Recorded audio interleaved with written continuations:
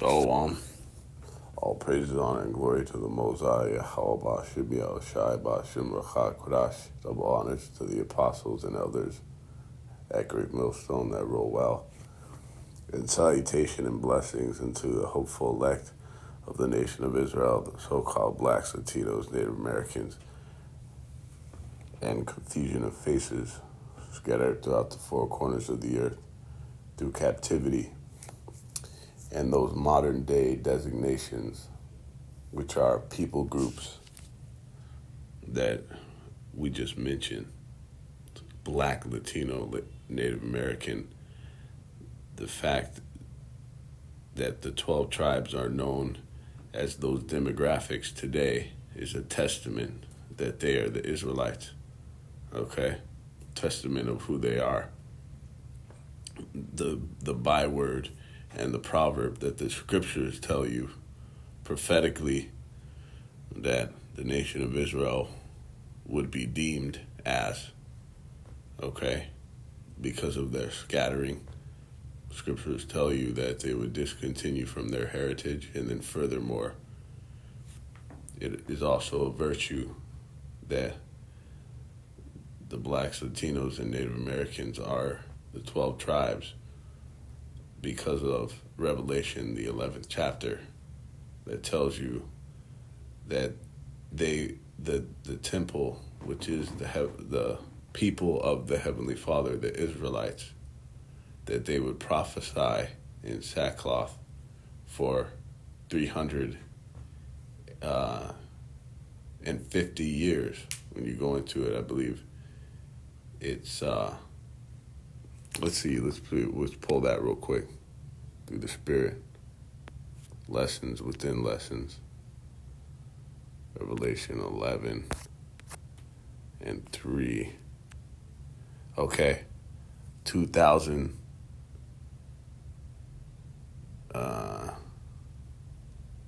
See. 1,203 score days, which is roughly 3.5 years. Okay, which the 3.5 years represents 350 years. From motherfucking 1776. Is that when it was? No, Salakia, don't quote me on that. 1619. Correction. Okay. To 1969. All right. And we know 1619 is one of the it's one of the dates, the years, the annual fucking designation, if you will, for the start of slavery to the end of slavery, which it wasn't on the books as being the end of slavery, because I believe that was who cares, who knows when the fuck the so-called end of slavery, which they call, what is that? Fucking the transfer of property. What's the term for that? Is Emancipation Proclamation. All right? Who cares when the fuck that was, because that was not the end of slavery. Okay? In some instances, when the so-called black man, when Jakes were so-called freed from slavery, it's in some instances it was worse. In some ways, in some forms, it was fucking worse than actual slavery. Okay, after the emancipation of the so-called fucking slaves here. Okay, so they were still in slavery up until 1969, that date, because that's when the seals were loosed, as you read in Daniel. Okay? That's when the understanding was unlocked unto the men of Yahweh Ba'ashem Shai, the men of the Lord, in the form of Abba Bivens, okay, who started the ministry of, pretty much the modern day prophets, okay? The one west, which is he unlocked the knowledge of these scriptures. That's what the loosing of the seal is. The wisdom, knowledge, and understanding of the secrets of Yahweh Hashem Yahushai. All right? And the reason why Israel prophesied for 350 years here in America, because this is what this is in reference to. Why they did that, how they did that, was because we were living out prophecy. That's how we were prophesying. Okay? Even though in that time span you literally had no Jakes. That was like the falling away. You had no Jakes preaching this truth. It not really having an understanding or grasp, even though you had a few that had some small portion of it. I believe it was, Nat Turner and some other ones, I think Denmark VZ. But they were playing out prophecy. Okay, that's how they were prophesying for that time. Because they literally, and see, this is how you know who the Israelites are. By virtue of what the fuck they went through. Playing out the straight up curses. Embodying them. That's one of the main ways, the indicators to fucking, to find out who the 12 tribes of Israel are, is to see what happened to them, what would befall them, right? But we're going to read through 2 verses of Job, the 10th chapter, the 2 last scriptures in that, in reference to Ezekiel, the 37th chapter, which is in reference to America. We're going to resume, as we do here at Great Millstone, but what the real men of the Lord would be doing. We're going to continue in the spirit of shameful spewing on one of the main components of glory of the so-called fucking white man, of the wicked.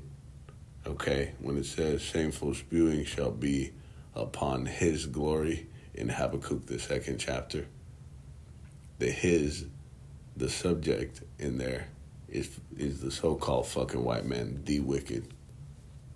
Okay, Edom, the nation of Edom, in the scriptures, which is the biblical identity of the so-called white race. So we're going to resume in that spirit of shameful spewing on this race, on this nation of people, okay? Because when you tripping, I went to Job 37, Salakia.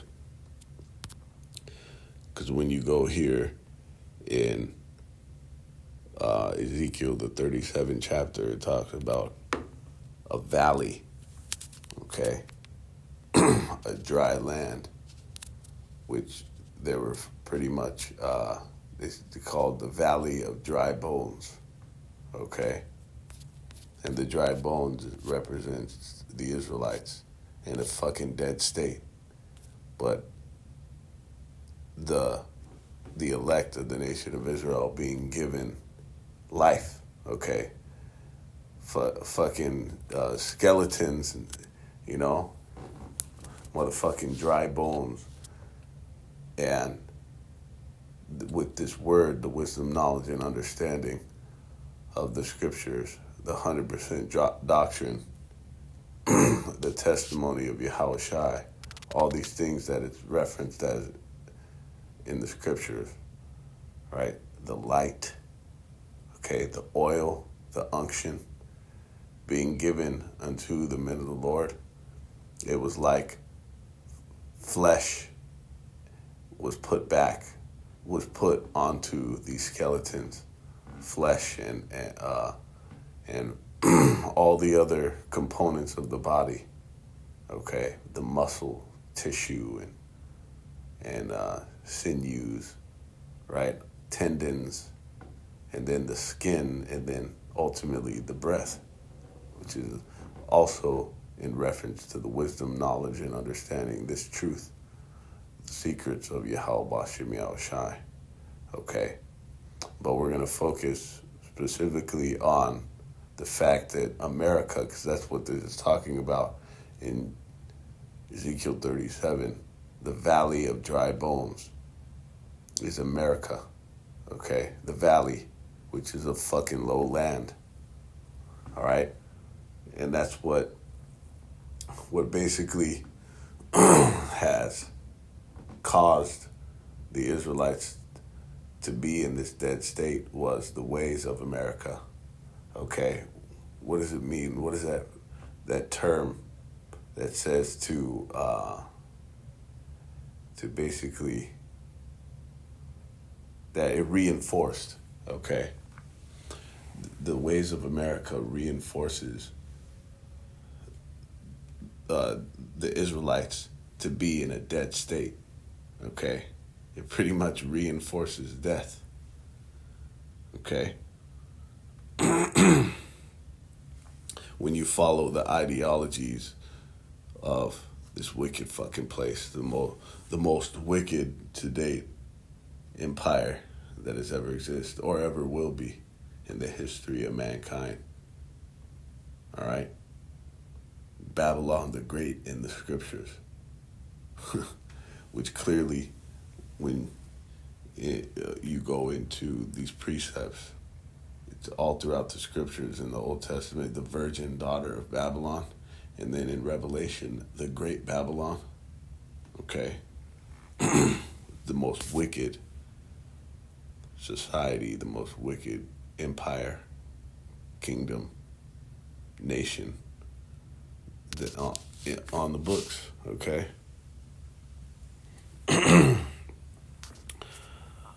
So, valley, which means low land, okay? And this place is extremely low in morals, primarily, all right?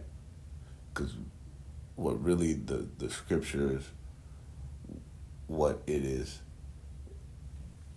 contained within the scriptures is more morality, okay, which is synonymous with righteousness. So this place, it is very low in morals, which means it's very low in righteousness. Okay, righteousness is not does not prosper here. In fact, it fails. What does it tell you? Truth faileth in Isaiah the 59th chapter. Yea, truth faileth. And how can truth fail? That's fucking crazy. But here in America it does. And it said, he that departed from evil maketh himself a prey. And the Heavenly Father saw it. And he was displeased with that. Okay? With the deeds that are being done in fucking America. That applies for whatever, wherever that takes place. But where does that take place more than this fucking place? All right? The filth that is pushed out from this society. All right? The source of wickedness. All right? A fucking beacon, meaning it's an example. It's actually an influence of wickedness to all the other nations. It says that Babylon was a fucking golden cup with the wine of abominations in that cup that made the other nations fucking drunk. All right? So how fucking tossed, all right, how intoxicated do you think the actual inhabitants of Babylon are? All right? But this is a precept to it here in Job, the 10th chapter. This doesn't come out much, but this is high level. All right? It says, before, it started verse 21, before I go whence I shall not return, even to the land of darkness and the shadow of death. Okay? And this is loosely proving, okay, the loose application to this is that even Job is here in America, okay? He was reincarnated here in sometime here in fucking America, from its inception to its destruction. Job was here because we are all fucking reincarnated. Okay, so he was here in some span of the lifespan of America, okay, and could be here in the flesh right now, all right? Because we know some of the prophets, some of them in the Lord could be in the spirit world and then come back at a certain time. But we know he was in America at some point. He was in the flesh in America. That spirit, the spirit that occupied Job in this, when he was in that carnation, if you will, in the flesh, here writing this, the author, inspired by the Heavenly Father, in this book, he was in the flesh here in America at some time, all right? And that also talks about this in Daniel, right? That he would return in his lot at the end of days, all right? It says, so this place is straight up the land of darkness and the shadow of death. Okay, it says a land for the land of darkness and utter gloom. And it is. It's very spiritually dark here when you have the fucking the goggles on. We call them like the They Live goggles and shit. But when you have the lens, when you look at this place through a spiritual lens, through the lens of the scriptures, you see how gloomy that this fucking place is, the dark cloud over this fucking place. All right? And finishing off, it says, a land of darkness as darkness itself, and of the shadow of death. Okay? So it doesn't get any more dark than this fucking place. Okay? It says, and it is a land as dark as midnight. All right? In the NLT, it says, without any order, and where the light is as darkness. Okay? It says in the NLT, a land of gloom and confusion. And what is the spirit that in that translation fucking mentioned that? But really, that's easy to surmise based off of the KJV's interpretation of this verse. Because, see, the KJV is simply an interpretation as well, right? It says, without order is synonymous with confusion, all right? And what does Babel mean? Okay, what does Babylon mean? It means confusion. And you tell me that this place isn't fucking inundated, consumed with confusion, all right? And now it's even at the highest level how confused the people are here. They're confused about shit that, of even the natural state that the Heavenly Father created. He designed creation to be, okay? A man to be a man, a woman to be a woman. I believe it was Yarmiyah from the Chi-Town camp. He mentioned, he said, and this is very poignant though, okay? So we'll quote this, that the men want to be women, the women want to be men, right? They talk about how each of those genders are in each other's energy. Women in masculine energy, men in fucking feminine energy. All right? The children want to be fucking adults, and the adults want to be children. Okay? Pure fucking confusion. Not to mention everything else. All right? Motherfucking changing of kinds. That's how far it's gone left. All right? It says, and where the light is as darkness, which is synonymous with being on its head, upside down. Okay? And soon the Heavenly Father, he's with the destruction of this place. He's going to turn things right side up. Okay? Like it says, you're turning of things upside down, because who's the perpetrator? Meaning, who has perpetrated this? Who's perpetuated this? Okay? Who's the fucking culprit of the way that America was established and how it is being conducted, the ways that are being conducted in this fucking place. And then subsequently, these ways, these philosophies here that are pushed out across the planet, and he does it by force, which you don't realize.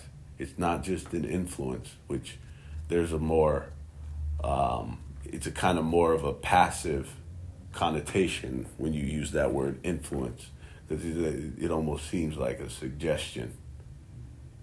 It has a suggestion, fucking connotation to influence, but no, he'll fucking force it down your throat. Okay? He does it. He does it with. he'll push these philosophies on you with the sword, right? Fucking democracy. He'll do it with destruction. Okay, all type of agendas that we chronicle. You know, fucking economic oblivion. He'll drive your society to. So he can, look what he did in fucking Afghanistan. All right, they had their own ways, and a lot of them were the Eastern ways. The some of them even parallel with the scriptures on how their women are supposed to be dealt with. Okay, what type of place they have in society, and what did he do? With destruction, he pushed these ways upon their people. Okay?